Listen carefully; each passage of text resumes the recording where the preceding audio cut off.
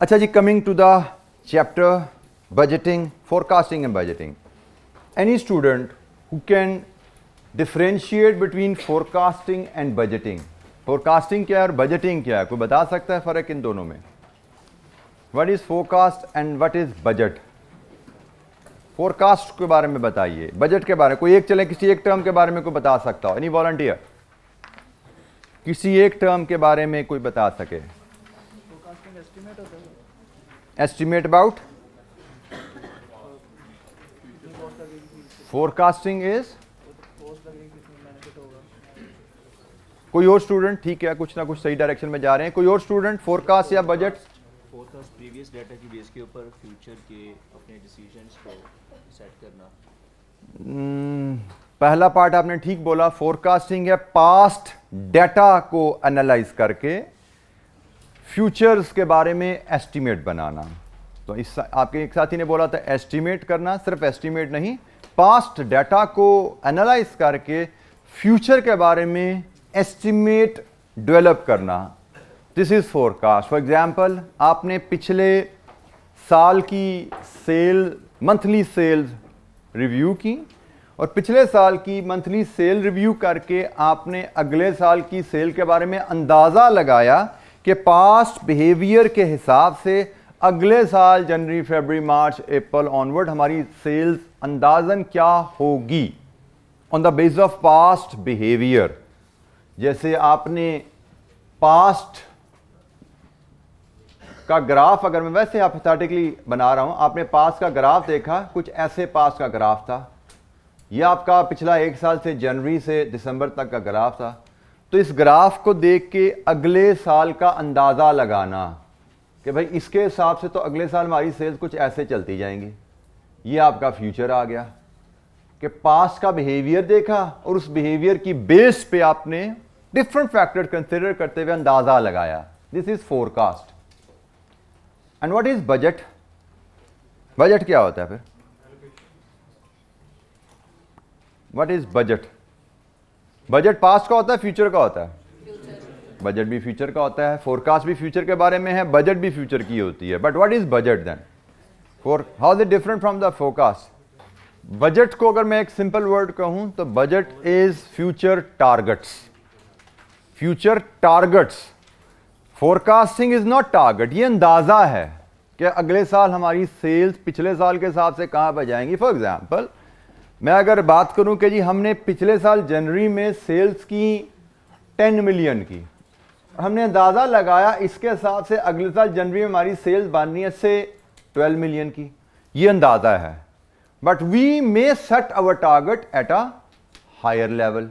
We may set कर, नहीं forecast तो 12 की आ रही है लेकिन हम अपनी टारगेट 14 मिलियन पे सेट करना चाहते हैं. फोरकास्ट अंदाज़ा है पास्ट बिहेवियर के हिसाब से, पास्ट बिहेवियर के मुताबिक हम फ्यूचर में कहाँ जाएंगे. और बजट टारगेट है कि हम जाना कहाँ पे चाहते हैं. ये मैंने सिर्फ सेल्स के रेफरेंस से बात की. बट बजट या टारगेट आपका सिर्फ सेल्स का सेट नहीं किया जाता, जैसे आपके साथी ने डिफरेंट टर्म यूज़ की. रेवेन्यू का सिर्फ टारगेट नहीं सेट किया जाता, कॉस्ट का टारगेट भी सेट किया जाता है कि अगले साल हमारा रेवेन्यू हमें कितना अर्न करना है, उस रेवेन्यू के लिए हमें कितनी कॉस्ट इनकर करनी चाहिए, एज अ रिजल्ट हमारा अगले साल प्रॉफिट क्या होना चाहिए. These are all set as targets. तो बजट इज योर टारगेट. इसको एक और अंदाज में भी डिफाइन किया जाता है. बजट्स आर टारगेट्स या फ्यूचर प्लान्स भी इसको कह लें. फ्यूचर प्लान्स, प्लान भी आपके जो हम हासिल करना चाहते हैं वो भी टारगेट ही बन जाते हैं आपके. Relating to a fixed future period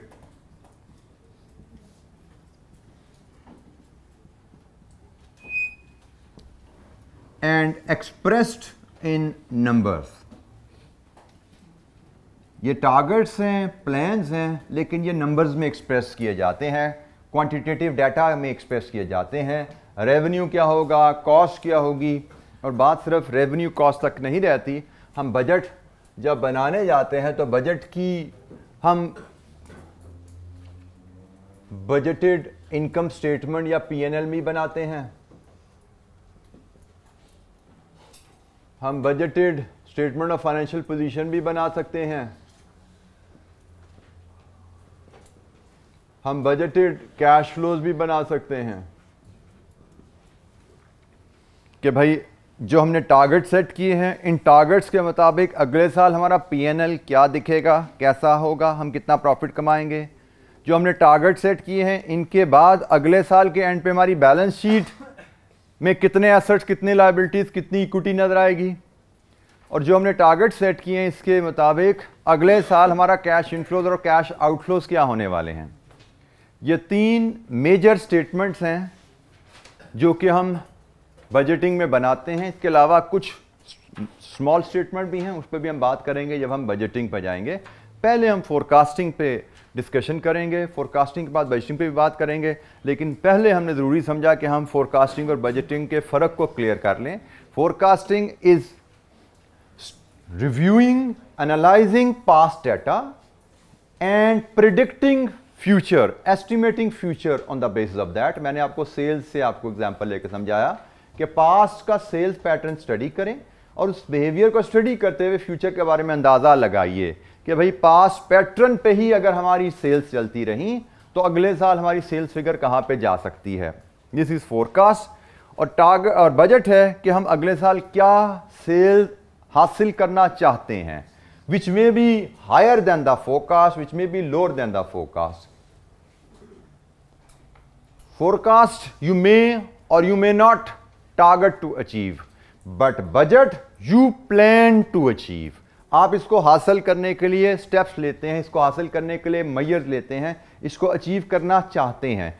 forecast हम कहते हैं कि हमारी एक सिर्फ इंडिकेटिव वैल्यूज हैं फ्यूचर की, but budgets are not indicated values, these are our targets. उनको हम हासिल करने के लिए पूरा जोर लगाएंगे, पूरे रिसोर्सेज लगाएंगे। जी एनी क्वेश्चन, किसी बच्चे को फोरकास्टिंग और बजटिंग में कोई क्वेरी, कोई difficulty in understanding these two terms? Forecasting का टूल हम यूज करते हैं बजट्स की प्रिपरेशन में। अगर आप, क्योंकि बजट्स फ्यूचर के बारे में हैं और फ्यूचर के बारे में टारगेट्स सेट करने से पहले आपको फ्यूचर के फोरकास्ट डेवलप करनी पड़ती है। जैसे मैंने आपको मिसाल दी कि हमने सेल्स फोरकास्ट बनाई, वो 12 मिलियन है, एंड देन वी टॉक्ड क्या हमें 12 मिलियन को ही टारगेट करना चाहिए या 12 से हायर टारगेट सेट करना चाहिए। हम फोरकास्ट की मदद से हम टारगेट्स सेट करते हैं। तो सबसे पहले एक बड़ी ब्रीफ सी डिस्कशन, टाइप्स ऑफ फोरकास्ट। हम फोरकास्टिंग पे बात कर रहे हैं पहले, और पहली डिस्कशन है हमारी types of forecast. There are different types of forecast जो हमें बजटिंग में रिक्वायर्ड हैं, जिनकी मदद से हम बजटिंग प्रोसेस को कंप्लीट कर पाते हैं। There are 3 types of forecast. Number 1 is sales oblique demand कह लीजिए forecast. Number 2 is economic forecast and number 3 is technological forecast.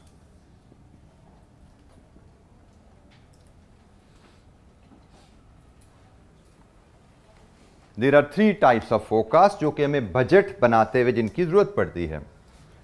Sales या डिमांड फोरकास्ट, जैसे मैंने कहा, ये हमें सेल्स का टारगेट सेट करने में हेल्प करेगी।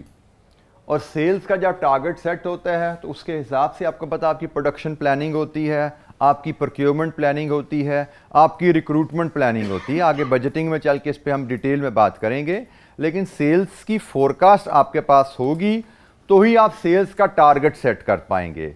सेल्स का टारगेट सेट करेंगे तो उससे प्रोडक्शन की रिक्वायरमेंट निकलेगी अगले साल की। प्रोडक्शन रिक्वायरमेंट आपके पास आएगी तो रॉ मटेरियल की प्रोक्योरमेंट आपका प्लान बन पाएगा, और प्रोडक्शन रिक्वायरमेंट होगी तो ही शायद आपको अंदाज़ा होगा कि आपको कितनी लेबर चाहिए होगी अगले साल। सो सेल्स और डिमांड फोरकास्ट, पास्ट को स्टडी करके फ्यूचर की सेल्स प्रेडिक्ट करना, दिस इज इंपॉर्टेंट अगर आप बजट बनाने जा रहे हैं।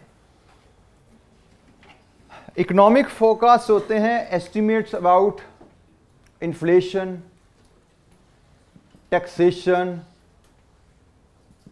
ड्यूटीज एटसेट्रा, इस तरह के इंडिकेटर्स के बारे में अंदाज़ा लगाना कि अगले साल हमारी कंट्री में इन्फ्लेशन क्या होगी, अंदाज़ा लगाना पड़ेगा। अगले साल हमारे कंट्री में टैक्सेशन के रेट्स क्या होंगे, गवर्नमेंट इंपोर्ट ड्यूटीज़ में कितना इजाफा या कितना कमी करेगी, फ्रेट्स हो सकते हैं, गवर्नमेंट की तरफ से हम मिनिमम वेजेस के स्टैंडर्ड हो सकते हैं, बिजली के यूनिट की प्राइस हो सकती है, ठीक है। सो हमें इन सब का अंदाज़ा लगाना पड़ता है। इकोनॉमिक फोरकास्ट, इन सब का अंदाज़ा लगाने के लिए there are different models which may be use, जिससे हम ये अंदाज़ा लगाएंगे इनके बारे में। ये अंदाज़ा लगाना क्यों ज़रूरी है, क्योंकि ये सारे अंदाजे हमारे इन स्टेटमेंट्स के बनाने में कहीं ना कहीं काम आने वाले हैं। फॉर एग्जांपल, हम इन्फ्लेशन का अंदाज़ा लगाएंगे तो हम अपनी प्राइस का टारगेट सेट कर पाएंगे अगले साल हमारी सेल प्राइस क्या होनी चाहिए। हमें इन्फ्लेशन का अगले साल का अंदाज़ा होगा तो हम अपनी कॉस्ट का टारगेट सेट कर पाएंगे कि हमारी मटेरियल कॉस्ट पर यूनिट अगले साल क्या होनी चाहिए, लेबर कॉस्ट क्या होनी चाहिए। हमें टैक्सेशन का अंदाज़ा होगा तो बजटेड इनकम स्टेटमेंट में हम प्रोविजन फॉर टैक्सेशन इनकॉर्पोरेट कर पाएंगे। हमें ड्यूटीज़ का, इंपोर्ट ड्यूटीज़ का, एक्साइज ड्यूटीज़ का अंदाज़ा होगा तो ही हम रॉ मटेरियल की कॉस्ट बेहतर अंदाज में टारगेट कर पाएंगे। सो इकोनॉमिक फोरकास्ट में आप इस तरह की जो इकोनॉमिक इंडिकेटर्स होते हैं इनका एस्टीमेट लगाते हो कि अगले साल ये वैल्यूज़ क्या होने वाली हैं। फोरकास्टिंग एक इम्पॉर्टेंट टूल है जो बजट प्रिपरेशन में हमारे काम आता है, क्योंकि फोरकास्टिंग में जो वैल्यूज़ हम डिटर्मिन करते हैं ये वैल्यूज़ हम बजटिंग में इस्तेमाल कर रहे होते हैं। जी, तो आप फोरकास्टिंग को भी समझना है और इनका इस्तेमाल बजटिंग में कैसे हो रहा है उस पर भी बात करनी है। एनी क्वेश्चन, कोई चीज़ समझना है, you can raise your hand and ask a question. अच्छा जी, third forecast is technological forecast.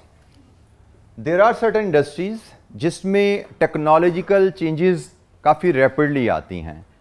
सो ऐसी इंडस्ट्रीज को टेक्नोलॉजिकल फोरकास्ट भी डेवलप करनी पड़ती है। उनको ये देखना पड़ता है कि हम जिस टेक्नोलॉजी पे काम कर रहे हैं क्या ये टेक्नोलॉजी अगले साल कहीं बदलने वाली तो नहीं है। हमें टेक्नोलॉजिकल फोरकास्ट करनी चाहिए। अगर हम टेक्नोलॉजिकल फोरकास्ट करेंगे तो ही हम टेक्नोलॉजी में इन्वेस्टमेंट के टारगेट सेट कर पाएंगे। फॉर एग्जांपल, आप टेक्नोलॉजिकल फोरकास्ट बनाते हो कि फॉर एग्जांपल हम जिस टेक्नोलॉजी पे काम कर रहे हैं ये अगले साल चेंज होने वाली है। कोई एग्जांपल अगर हम ले सकें किसी इंडस्ट्री से, कौन सी ऐसी इंडस्ट्री है जिसमें टेक्नोलॉजी चेंज होती है? मोबाइल है। मोबाइल में हम चले जाते हैं बैटरीज के ऊपर। बैटरीज आपको पता है कि उस पर काफ़ी तेज़ी से काम हो रहा है कि नए जो हमारे मोबाइल टेक्नोलॉजी यूज़ होते हैं बड़ी स्क्रीन वाले, उनमें बैटरीज बड़ी जल्दी एक्सपायर हो रही हैं। तो उसकी टेक्नोलॉजी के डेवलपमेंट पे काम हो रहा है कि भाई हम जो बैटरीज बना रहे हैं उसका साइज़ और उसकी पावर कितने जो भी mAh या जिससे भी मेजर किया जाता है वो क्या चल रहा है, किस तरह हम उसके साइज़ को रिड्यूस कर सकें, उसमें पावर ज़्यादा स्टोर हो सके, इस पर बड़ी तेज़ी से काम हो रहा है। लेट्स अज्यूम आप एक मोबाइल की बैटरीज बनाने की फैक्ट्री चलाते हो। अब उसमें technological forecast is very important. हम अपने साल का अगले साल का टारगेट सेट कर दें और टारगेट में हम उसी एग्जिस्टिंग टेक्नोलॉजीज़ की बैटरीज बनाते रहें। अगले साल हम टारगेट कर लीजिए अगले साल हम 10,000 बैटरीज बनाएंगे, जैसे कि हमने पिछले साल बनाई। पिछले साल 8,000 बनाई थी, अगले साल हम 10,000 बना के बेचेंगे। And if we fail to forecast, कभी साइंस में तरक्की की वजह से टेक्नोलॉजी जो बैटरी की है वो 6 महीने बाद बदलने वाली है, तो पहली बात अगर हमने ये फोरकास्ट नहीं किया तो 6 महीने बाद हमारी बैटरी आउट ऑफ बिजनेस हो जाएगी, हमारी फैक्ट्री बंद हो जाएगी, अगर हमने इस टेक्नोलॉजी चेंज को फोरकास्ट करके इसका बंदोबस्त ना किया। सो टेक्नोलॉजिकल फोरकास्ट बनाई जाएगी। असूलन हमें, अगर हम मोबाइल बैटरी बनाने की फैक्ट्री चलाते हैं, हमें क्या करना चाहिए? हमें देखना पड़ेगा भाई इसमें जो रिसर्च हो रही है वो कहाँ तक पहुंची है और अंदाजन नई बैटरी का प्रोटोटाइप कब मार्केट में आएगा। जैसे मैंने कहा शायद 6 महीने बाद या 4 महीने बाद प्रोटोटाइप आ जाएगा। अगर 4 महीने बाद प्रोटोटाइप आएगा तो इसका मतलब हमें फिर नई टेक्नोलॉजी के हिसाब से मे बी नया प्लांट लगाना पड़ेगा। टेक्नोलॉजिकल फोरकास्ट, नया प्लांट लगाना पड़ेगा, नया प्लांट लगाना है तो उसके लिए हमें शायद 5 या 10 मिलियन डॉलर चाहिए होंगे। तो भाई अगर ये हमें 6 महीने पहले इंफॉर्मेशन मिल जाएगी ना, we will have ample time to plan to set our targets. हम टारगेट करेंगे कि हम लोन लेंगे आज से 4 महीने बाद, और उस लोन से नई टेक्नोलॉजी का प्लांट लगाएंगे, और नई टेक्नोलॉजी पे प्लांट लगा के अगली बैटरीज हम नई टेक्नोलॉजी पे प्रोडक्शन स्टार्ट करेंगे। सो टेक्नोलॉजिकल फोरकास्ट अगर आप कर पाए तो आप बिजनेस में सर्वाइव कर जाओगे, क्योंकि 6 महीने बाद जैसे ही टेक्नोलॉजी नहीं आएगी आपके पास पैसे पहले अवेलेबल होंगे, आपने बैंक से या अपने शेयर होल्डर से पैसे अरेंज करके रखे होंगे, आप फौरन नई टेक्नोलॉजी में इन्वेस्ट करोगे और नई टेक्नोलॉजी की बैटरीज बनाना शुरू कर दोगे। लेकिन अगर आपने टेक्नोलॉजिकल फोरकास्ट नहीं की, आपने पुरानी टेक्नोलॉजी के हिसाब से ही, पुराने बजट, पुरानी बैटरी के हिसाब से ही बजट के टारगेट सेट किए हुए अपने, तो 6 महीने बाद नई टेक्नोलॉजी आने से आपकी प्रोडक्ट की डिमांड उड़ जाएगी। आपने टारगेट जो मर्जी सेट किए हो, आपका खरीदार ही नहीं रहेगा मार्केट में। और चूंकि अब आपका टाइम नहीं है पैसे अरेंज करने का, नया प्लांट लगाने का, you may be out of business. So planning is critical, forecasting is critical. अगर आप फोरकास्ट कर पाते हो कि टेक्नोलॉजी बदलने वाली है, तो उस फोरकास्ट के मुताबिक फिर आप प्लान भी कर लोगे कि टेक्नोलॉजी बदलेगी, उसके हिसाब से हम लोन अरेंज करेंगे, डेबिट, एसेट, क्रेडिट, कैपिटल हम करेंगे जून में जाके। ये बजटेड फाइनेंशियल स्टेटमेंट में ये चीज़ आप प्लान कर लोगे कि भाई टेक्नोलॉजी चेंज आने वाली है, इसके हिसाब से हमें जून में जाके 5 मिलियन डॉलर का प्लांट खरीदना पड़ेगा, उसके लिए हमें 5 मिलियन डॉलर का लोन लेना पड़ेगा। तो अपनी बैलेंस शीट में वो प्लानिंग आप रिफ्लेक्ट कर दोगे।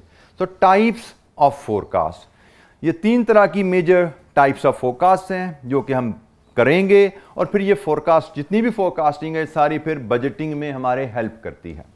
जी एनी क्वेश्चन, कोई सवाल? अच्छा, नेक्स्ट हेडिंग हमारी है जी फोरकास्टिंग मेथड्स।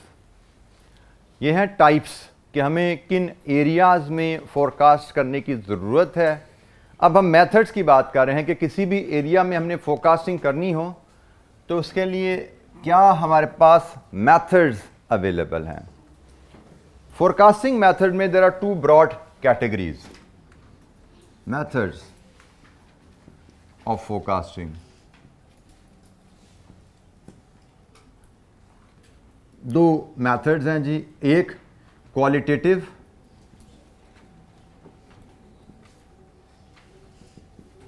और दूसरा है जी क्वांटिटेटिव।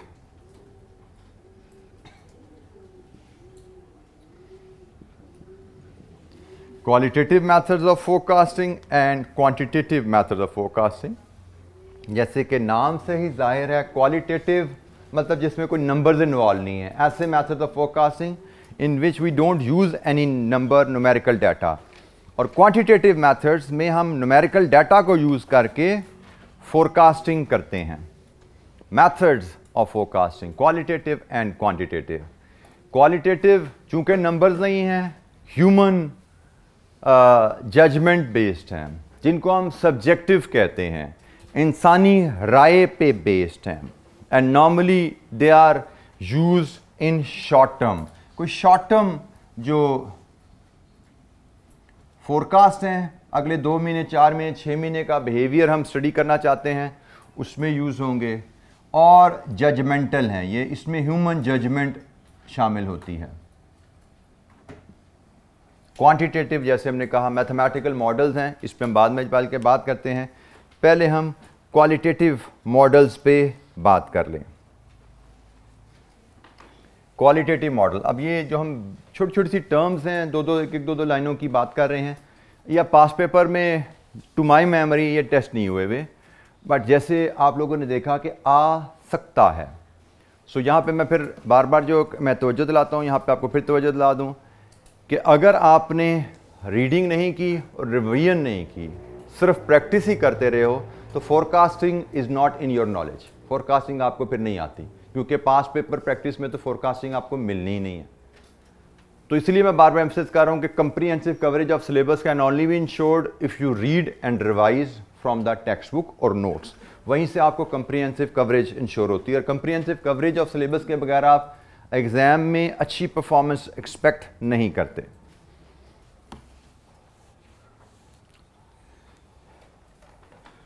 अच्छा जी, हम क्वालिटेटिव मेथड्स पे बात कर रहे हैं।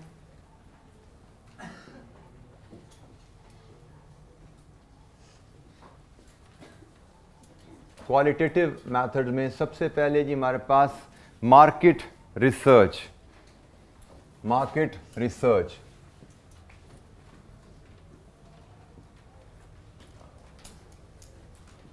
Qualitative methods of forecasting. अब मार्केट रिसर्च कर लीजिए। Market research through questionnaire, through interviews की जाती है। आप you may plan to visit the customer. For example हम सेल्स की फोरकास्ट बनाना चाह रहे हैं। सेल्स की फोरकास्ट क्वालिटेटिव मेथड से करना चाह रहे हैं। हम जानना चाह रहे हैं अगले साल हमारी सेल्स क्या होगी, और हमने फैसला किया हम मार्केट रिसर्च करते हैं इसके लिए। उसके लिए हमने एक क्वेश्चनर डेवलप किया और हमने वो क्वेश्चनर अपने सिलेक्टेड की कस्टमर्स को भेजा, और हमने उस क्वेश्चनर के जो रिस्पॉन्सेज हैं उससे हम अंदाज़ा लगाने की कोशिश कर सकते हैं कि हमारे कस्टमर की हमारी प्रोडक्ट से सेटिस्फेक्शन लेवल्स क्या हैं, क्या हमारी प्रोडक्ट को अपने फ्रेंड्स एंड फैमिली मेम्बर्स को वो रेफ़र या रिकमेंड कर रहे हैं, क्या हमारी प्रोडक्ट को दोबारा यूज़ करने का प्लान रखते हैं, हमारी प्रोडक्ट में उन्होंने कोई फ्लॉज ढूंढ रखे हैं, क्या वो हमें कुछ सजेशन दे पा रहे हैं। There could be different question. Market research, I am just giving you an example कि मार्केट रिसर्च से हम सेल्स की फोरकास्ट बनाएं, तो मार्केट रिसर्च का जो रिस्पांस आएगा, कस्टमर का जो रिस्पांस आएगा, उसको हम ऑब्जेक्टिवली इवैल्यूएट करके वहां से अपने फोरकास्ट बना सकते हैं सेल्स की। मार्केट रिसर्च सिर्फ सेल्स फोरकास्ट में ही इस्तेमाल नहीं होगा, ये डिफरेंट एरियाज में फोरकास्टिंग के लिए इस्तेमाल हो सकता है। हम किसी और एरिया में, फॉर एग्जांपल हम टेस्ट में चेंजेस के बारे में लोगों की इंफॉर्मेशन लेना चाहते हैं, फैशन में चेंजेस के बारे में इंफॉर्मेशन लेना चाहते हैं, जिससे हम अपनी डिज़ाइनिंग की टीम को स्ट्रेंथन करने की प्लानिंग करना चाहते हैं, वहाँ पे भी हम मार्केट रिसर्च को यूज़ कर सकते हैं। हम जानना चाहते हैं क्या हमारी जो design, for example we are into fashion designing से गारमेंट्स में है, हम जानना चाहते हैं क्या हमारी टीम ठीक काम कर रही है या हमें इसकी डेवलपमेंट या इसकी इंप्रूवमेंट या इसकी चेंज को प्लान करना है, उसके लिए भी हम मार्केट रिसर्च यूज़ कर सकते हैं। कस्टमर्स को दें क्वेश्चनर बना के, कस्टमर के रिस्पॉन्स से आप देखिए कि कस्टमर हमारी डिज़ाइनिंग टीम के काम को कैसे देखते हैं, क्या उससे सेटिस्फाइड हैं या उससे डिससेटिस्फाइड हैं। सो स्पेसिफिक हम क्वेश्चंस बना के इंफॉर्मेशन लेके अपनी प्लानिंग कर सकते हैं। So market research through questionnaire, through interviews, public के पास जाके, टारगेट ऑडियंस के पास जाके आप इस मामले को हल कीजिए। दूसरा है जी jury of executive opinion. Jury of executive opinion, ये हम क्वालिटेटिव मेथड की बात कर रहे हैं।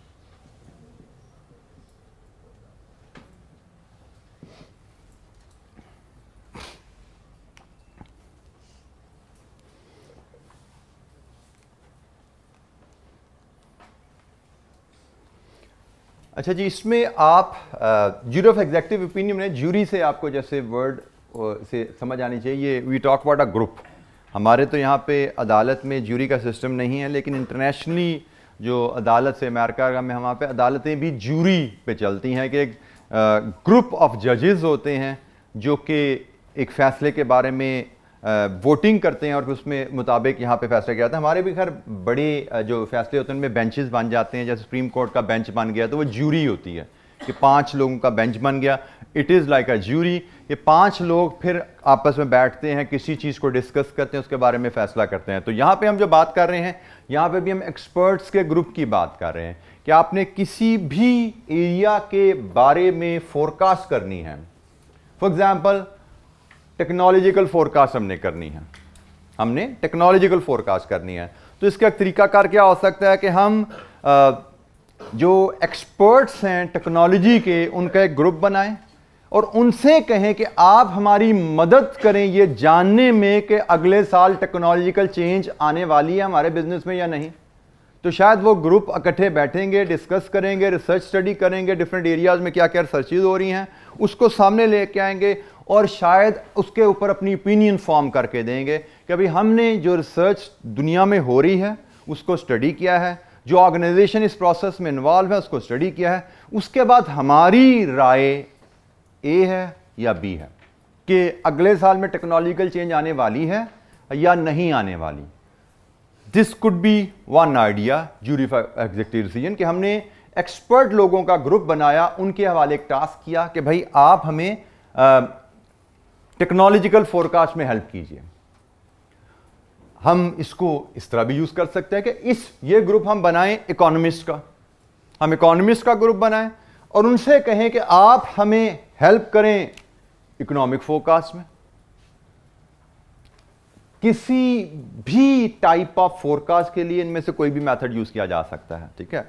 मैं jury of executive decision qualitative method से हम इकोनॉमिक फोरकास्ट भी कर सकते हैं, हम ज्यूरी ऑफ एग्जीक्यूटिव डिसीजन से टेक्नोलॉजिकल फोरकास्ट भी कर सकते हैं, हम ज्यूरी ऑफ एग्जीक्यूटिव डिसीजन से सेल्स फोरकास्ट भी कर सकते हैं कि अभी आप हमें सेल्स फोरकास्ट करने में हेल्प कीजिए, कि आप एक्सपर्ट लोग हैं मार्केटिंग के और सेल्स के, उनको इकट्ठा करके बैठाओ, उनसे कहो कि हमें बताइए अगले साल हमारी सेल्स की फोरकास्ट क्या बनती है। वो फिर आपसे कुछ इंफॉर्मेशन निकलवाएंगे, कुछ आपसे डाटा एक्सट्रैक्ट करवाएंगे, उसकी बेस पे अपनी ओपिनियन वो बना देंगे।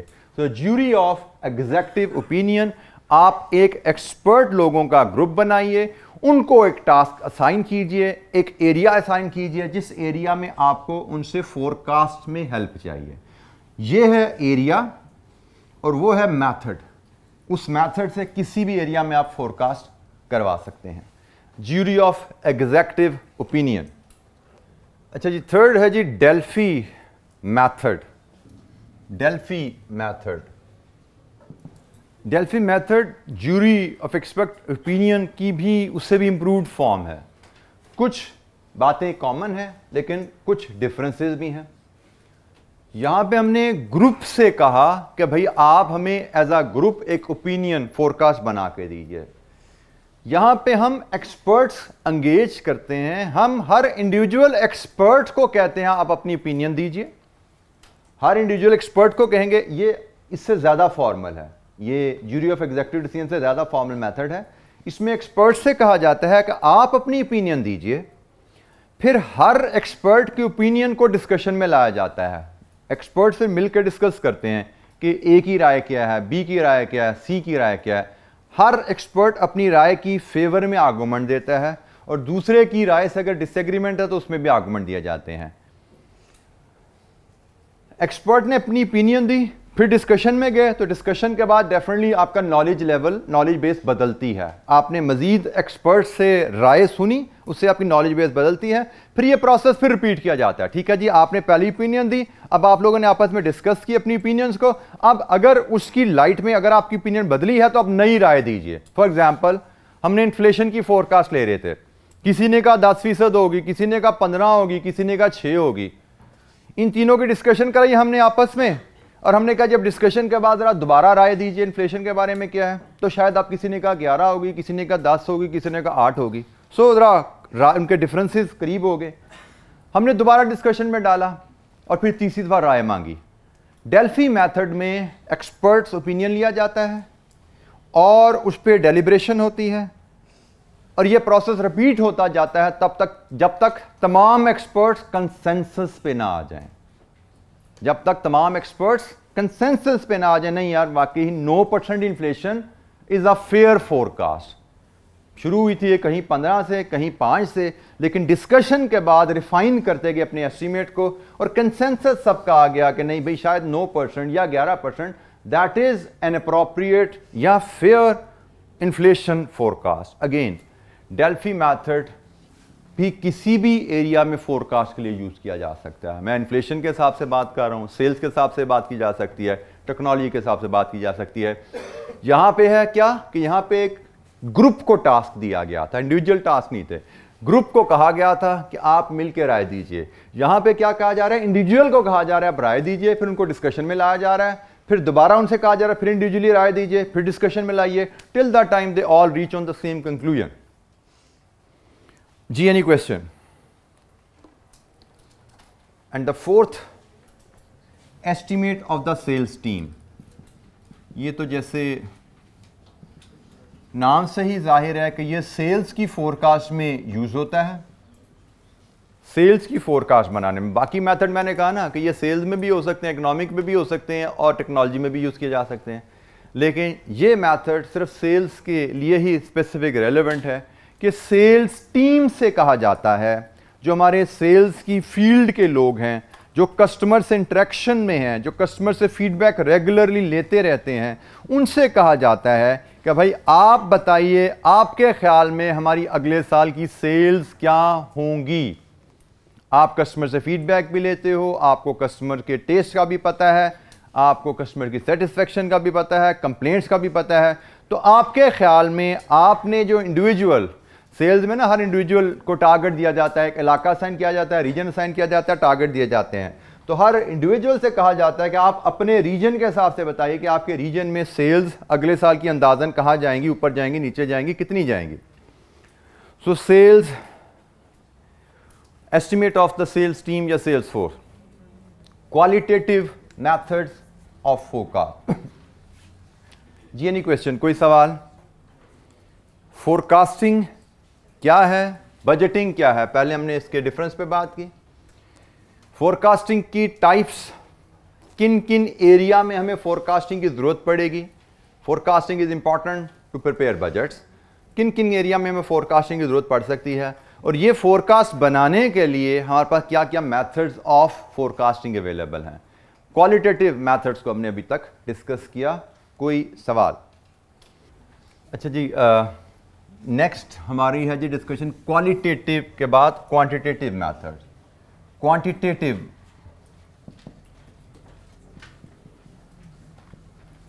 फोरकास्टिंग के क्वांटिटेटिव मॉडल्स क्या क्या हमारे पास अवेलेबल हैं।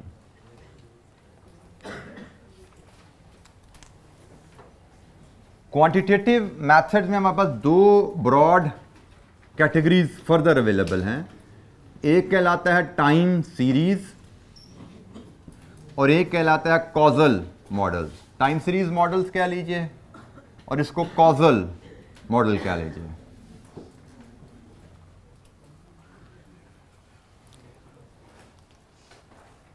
Time series model and causal model. Time series क्या होती है जी, कोई बताएगा? What is time series? कहीं ना कहीं शायद पढ़ा होगा आपने ये वर्ड, पढ़ा हुआ ये वर्ड टाइम सीरीज का कहीं क्यूएम में, शायद है क्यूएम में कि नहीं है? बिल्कुल है। तो क्या होता है टाइम सीरीज?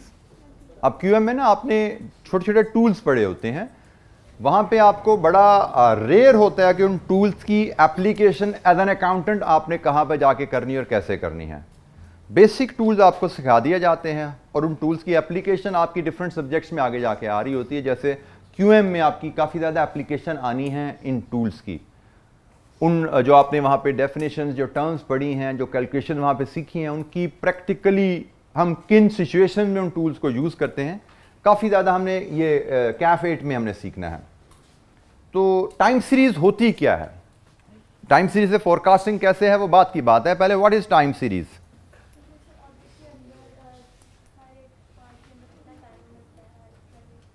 ऑडिट के अंदर टाइम कितना लगता है?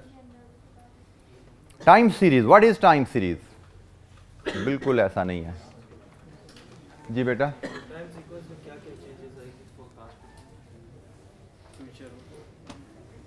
टाइम सीरीज क्या है? Any volunteer, what is a time series? Time series की हम सिर्फ अभी डेफिनेशन पे बात कर रहे हैं। टाइम सीरीज क्या है? One sentence for defining what the definition of time series. Time series is recording of any variable over time, over time period. किसी भी वेरिएबल का आप टाइम पीरियड पे रिकॉर्ड रख लो, उस डाटा को हम टाइम पीरियड कहेंगे। फॉर एग्जांपल, हम ईयर वाइज सेल्स इन यूनिट्स का डाटा अगर लाएं, फॉर एग्जांपल हमारे पास 2015, 16, 17, 18 सेल्स हैं जी 10,000 units, 11,000 units, 9,800 units, 11,600 units. This is a time series. ये भी टाइम सीरीज है। टाइम सीरीज से मुराद क्या है? टाइम के साथ डाटा की वैल्यूज का रिकॉर्ड, अ टाइम सीरीज। आप सेल्स के अलावा आप यहां पे प्रोडक्शन का रिकॉर्ड भी रख सकते हो कि हमारी प्रोडक्शन क्या हुई थी 2015 में जी। प्रोडक्शन हमारी शायद may be 9,700 units, may be 10,200 units, may be 10,800 units, may be ये 12,000 units. This is also time series के टाइम के साथ प्रोडक्शन का डाटा। हम एनुअल सैलरीज का रिकॉर्ड रख लें कि जी पिछले 4 साल में हमारी एनुअल सैलरीज कितनी थी, वो भी टाइम सीरीज है। So any data recorded over time that is called time series के over the year, over the month, weekly, daily, कोई भी टाइम का इंटरवल हो, वो डेली है, वीकली है, मंथली है, एनुअल है, बाय एनुअल है या ओवर डेकेड है, वक्त के साथ डाटा का record, this is time series. Time series model क्या है, हम बात करते हैं अब time series model. Time series model है कि भाई पास्ट के टाइम सीरीज को यूज करके फ्यूचर की forecast banana, this is time series model. Past की टाइम सीरीज को यूज करके future forecast banana, this is called time series model. Causal model पे हम बात बाद में करते हैं, पहले हम टाइम सीरीज मॉडल को डिस्कस कर लें। अब ये क्वांटिटेटिव टूल है, आप देख रहे हैं यहाँ पर नंबर्स आ रहे हैं। ये पीछे जितने अब हमने क्वालिटेटिव डिस्कस किया, देयर वर नो नंबर्स नहीं थे वहाँ पे, जजमेंट थी, ह्यूमन ओपिनियंस थी, डिस्कशंस थी। अब यहाँ पे डिस्कशन नहीं है, यहाँ पे नंबर्स गिवन है और नंबर्स के साथ मैथमेटिकली कैसे आपने प्ले करना है फोरकास्ट बनाने में।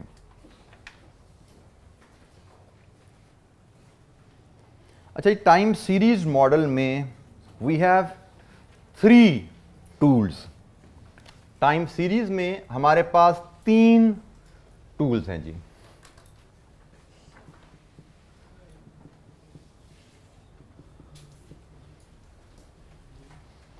वन इज, इसको नाइव कह लें, नेव कह लें, naive approach.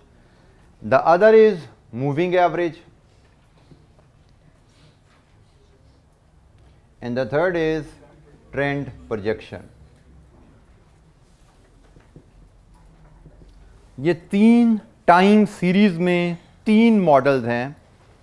Past over the time जो डाटा रिकॉर्ड हुआ, उस डाटा को लेके फ्यूचर की फोरकास्ट बनाना 3 मेथड हैं। अब हमें एग्जाम में हो सकता है इनमें से कोई मेथड की एप्लीकेशन भी आ जाए। Just to give you an idea, जैसे मैंने आपसे क्या बात की कि जी फोरकास्ट 12 मिलियन की है और कंपनी हो सकता है बजट करे सेल्स 12 मिलियन से, फोरकास्ट से 2 मिलियन ऊपर।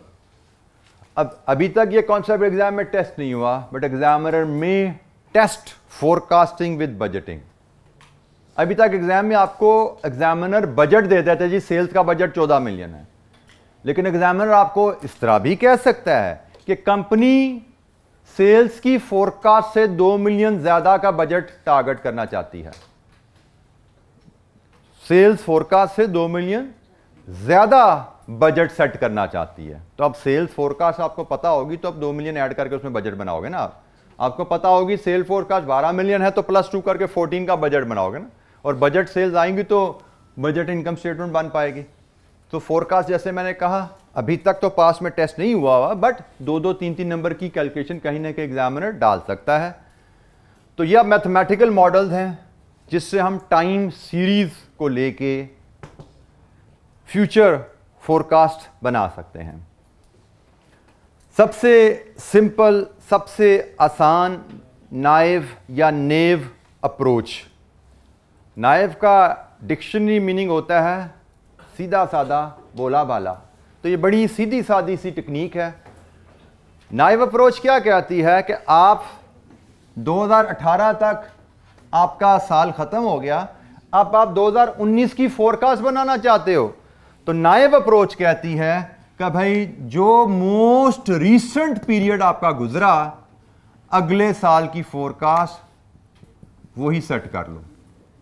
नाइव अप्रोच कहती है कि जो मोस्ट रीसेंट पीरियड आपका गुजरा है, उस पीरियड में आपने जो वैल्यू हासिल की है, वही वैल्यू आपकी अगले पीरियड की फोरकास्ट है। This is naive approach. Time series, past data over the time जो रिकॉर्ड हुआ है उसको लेके फ्यूचर फोरकास्ट करना।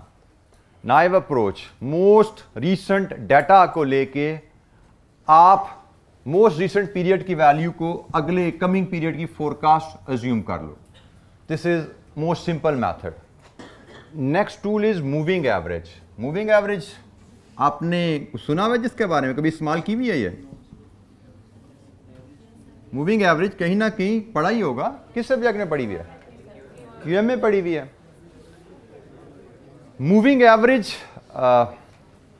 फोरकास्टिंग का एक टूल है और नॉर्मली ये इस्तेमाल की जाती है ऐसे सिनेरियो में जहां पे डाटा में आपको फ्लक्चुएशन नजर आ रही हो। जब डाटा में फ्लक्चुएशन बहुत ज़्यादा हो तो उस डाटा को फ्लक्चुएशन को ज़रा थोड़ा सा कम करने के लिए, क्योंकि फिर आपके पास ना फोरकास्ट करना मुश्किल हो जाता है, कभी सेल्स इधर जा रही हैं, कभी इधर जा रही हैं, कभी यहाँ पे हैं, कभी इधर हैं, कभी ऊपर हैं, तो फोरकास्टिंग कि अगले पीरियड में सेल्स क्या होने वाली है, अंदाजन इंडिकेटिव सेल्स की फिगर क्या होने वाली है, मुश्किल हो जाता है। तो जब डाटा में फ्लक्चुएशन नजर आ रही है आपको, तो आप फिर मूविंग एवरेज लेते हो पास्ट डाटा की। लेट्स अज्यूम मैं आपसे quarterly, quarter 1, quarter 2, quarter 3 and quarter 4, ये आपसे हम लेट्स अज्यूम करते हैं ये लास्ट ईयर का डाटा है। ये लास्ट ईयर सेल्स हैं और सेल्स हमें गिवन है जी 5000 यूनिट्स, 7000 यूनिट्स, 4000 यूनिट्स और से 7200 यूनिट्स। ये हमें लास्ट क्वार्टर, लास्ट ईयर के 4 क्वार्टर की सेल्स गिवन है। मूविंग एवरेज कहता है there are different, by the way there are different ways to apply this moving average method. हम एक ही मेथड से यहाँ पे मूविंग एवरेज कैलकुलेट करना सीख रहे हैं क्योंकि हमारे सिलेबस में इसकी बहुत ज़्यादा डेप्थ नहीं है, जस्ट इंट्रोडक्शन की हद तक इससे हमारा तारुफ हमारा होना है, डिटेल में हमने इस पर नहीं जाना। मूविंग एवरेज का एक तरीका कार क्या है कि आपने नेक्स्ट ईयर से quarter 1 of the next year की क्वार्टर 1 की फोरकास्ट अगर बनानी है तो मूविंग एवरेज मेथड कहता है कि आप लास्ट 4 क्वार्टर्स की एवरेज लो, वो अगले साल की फोरकास्ट आपकी बन सकती है। फोरकास्ट तो इन 4 वैल्यूज की एवरेज क्या है? 50, 300, 5800 मूविंग एवरेज। अब चूंकि ये क्वार्टरली डाटा है, मूविंग एवरेज में जो अहम चीज होती है आपने कितनी वैल्यूज की एवरेज लेनी है। तो नॉर्मली हम एवरेज कितनी वैल्यूज की लेनी है ये सिलेक्ट करते हुए हम नंबर्स का ख्याल रखते हैं कि हमने 4 वैल्यूज की एवरेज लेनी है या 6 वैल्यूज की एवरेज लेनी है। तो इस केस में हमने 4 क्वार्टर्स इसलिए सिलेक्ट किए कि 4 क्वार्टर्स में जितनी भी वेरिएशन ऊंच नीच आनी होती है सारी कवर हो जाती है, क्योंकि 4 क्वार्टर का मतलब पूरा साल। तो हमने जो 4 क्वार्टर का डाटा उठाया है वो बेसिकली पूरे साल का डाटा है, और जब हम पूरे साल का डाटा लेते हैं तो डाटा में जितनी ऊंच नीच आनी थी वो सारी इसमें कवर हो रही है। तो ये हमने 4 वैल्यूज की एवरेज ली, ये अगले क्वार्टर की हमारे पास फोरकास्ट आ गई। फॉर एग्जाम्पल हमारे वीक में 6 डेज हैं और हमसे डेली सेल फोरकास्ट बनाई जाए मूविंग एवरेज मेथड से। वीक में 6 वर्किंग डेज है और हमने डेली सेल्स फोरकास्ट बनानी है, तो उस केस में हमें कितनी वैल्यूज की एवरेज लेनी चाहिए? 6 वैल्यूज की, क्योंकि वीक में मैक्सिमम 6 दिन है, Monday, Tuesday, Wednesday, Thursday, Friday and Saturday. और हमसे कहा जाए जी आप नेक्स्ट मंडे की फोरकास्ट बनाओ मूविंग एवरेज मेथड से, तो इसमें अहम चीज होती है कितनी वैल्यूज की एवरेज लेनी है। यहां पे मैं क्वार्टरली डाटा दिया गया था, ये तो मैंने लिया ही 4 क्वार्टर का डाटा था, हो सकता है ये 10 क्वार्टर का डाटा होता पीछे। तो हमने कितने क्वार्टर्स की एवरेज लेनी है? 4, क्योंकि 4 क्वार्टर टिपिकली पूरा साल कवर कर जाते हैं। यहां पे भी हो सकता है हमें 20 दिन का डाटा सेल दी गई हो और हमसे कहा जाए जी मंडे की सेल्स बताएं। यहां पे हमने फिर डिसाइड करना है कि हमने कितनी वैल्यूज की एवरेज लेनी है। तो आंसर इज 6, क्योंकि हमारे पास डेज हैं और डेज का एक बिगर सेट कौन सा होता है? वीक।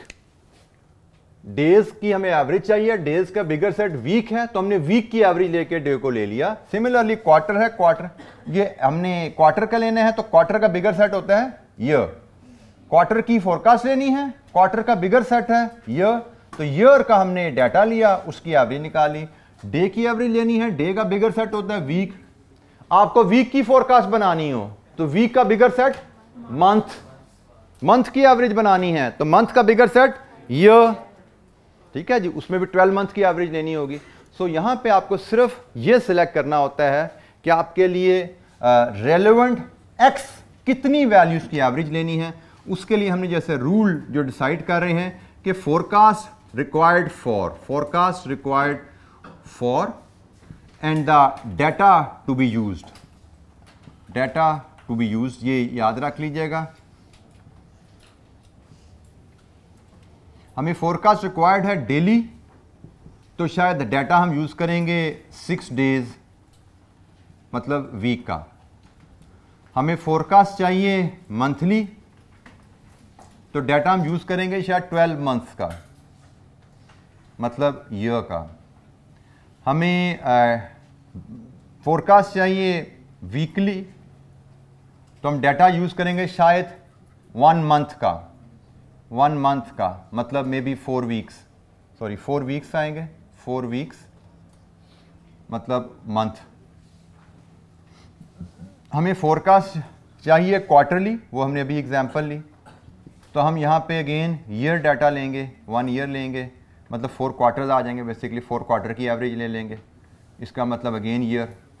सो ये इसमें जो ख्याल करना होता है कि भाई हमें X, what is our X, तो एक्स 6 डेज हैं, 12 मंथ्स हैं, 4 वीक्स हैं, 4 क्वार्टर हैं। सो मूविंग एवरेज, पिछले एक्स नंबर ऑफ पीरियड्स की एवरेज लो, वो नेक्स्ट पीरियड की आपकी फोरकास्ट। Moving average method. जी एनी क्वेश्चन, कोई सवाल? बेटा फोरकास्ट देखें, अगर आपने बनानी है, आपके साथी का सवाल है पॉलिटिकल इंस्टेबिलिटी आ जाए अगर, जैसे अनफॉर्चुनेटली हमारे कंट्री पाकिस्तान में काफ़ी अक्सर ही ज़्यादा रहती है, कभी कम हो जाती है, कभी ज़्यादा हो जाती है, बट इंस्टेबिलिटी रहती है, तो इन हालात में प्रिडिक्ट करना, yes it is very difficult, it becomes very difficult, क्योंकि हमारे लिए यहाँ पे प्रिडिक्शन गवर्नमेंट पॉलिसीज़ में कंसिस्टेंसी नहीं है, और कंसिस्टेंसी ना होने की वजह से वेरिएबल बदलते रहते हैं। इसीलिए पाकिस्तान में कारोबार करना बहुत ज़्यादा रिस्की समझा जाता है, क्योंकि आपके लिए वेरिएबल प्रिडिक्ट करना बहुत मुश्किल है, यहाँ पे टारगेट सेट करना बहुत मुश्किल है, बजटिंग करना मुश्किल है। बट इसका मतलब ये नहीं कि हम बजट करेंगे नहीं, हाँ इसमें हम ये कर सकते हैं कि नॉर्मल अच्छी स्टेबल इकॉनमी में बजट टारगेट सेट किया जाता है अगले मे बी 5 साल का, और फिर उसको फर्दर ब्रेक डाउन किया जाता है सालाना बजट में कि अगले 5 साल में हमारा अदारा कहाँ जाना चाहिए, और सालाना उस टारगेट को हम कैसे अचीव करेंगे 5 साल का सफ़र कंप्लीट करने के लिए। अब पाकिस्तान में 5 साल क्या 1 साल को प्रेडिक्ट करना भी मुश्किल है, तो शायद फिर हम यहाँ सालाना तो नहीं क्वार्टरली बजट तो शायद बना सकते हैं, क्योंकि जितना फ्यूचर दूर जाता है उतना प्रिडिक्ट करना मुश्किल होता है, जितना शॉर्टर पीरियड होता है उतनी प्रिडिक्शन रिलेटिवली आसान हो जाती है। तो ऐसी इन्वायरमेंट में फिर हम शायद क्वार्टरली बजट बनाने के पीछे चल पड़ेंगे, हम सालाना बजट नहीं बनाएंगे, हम 5 साला मनसूबा नहीं बनाएंगे। बट बजट बनाना ज़रूरी है, प्लानिंग होना ज़रूरी है। जब हम जाएंगे बजट पे तो हम बजटिंग के फ़ायदे डिस्कस करेंगे। मुश्किल हो जाता है ऐसी सिचुएशन में, but still we have to adjust accordingly. आज के इतना ही, कल इंशाअल्लाह बाकी मैथड्स पे बात करेंगे, और कल ही शायद हम बजटिंग पे बात भी शुरू कर देंगे। थैंक यू, अस्सलाम वालेकुम।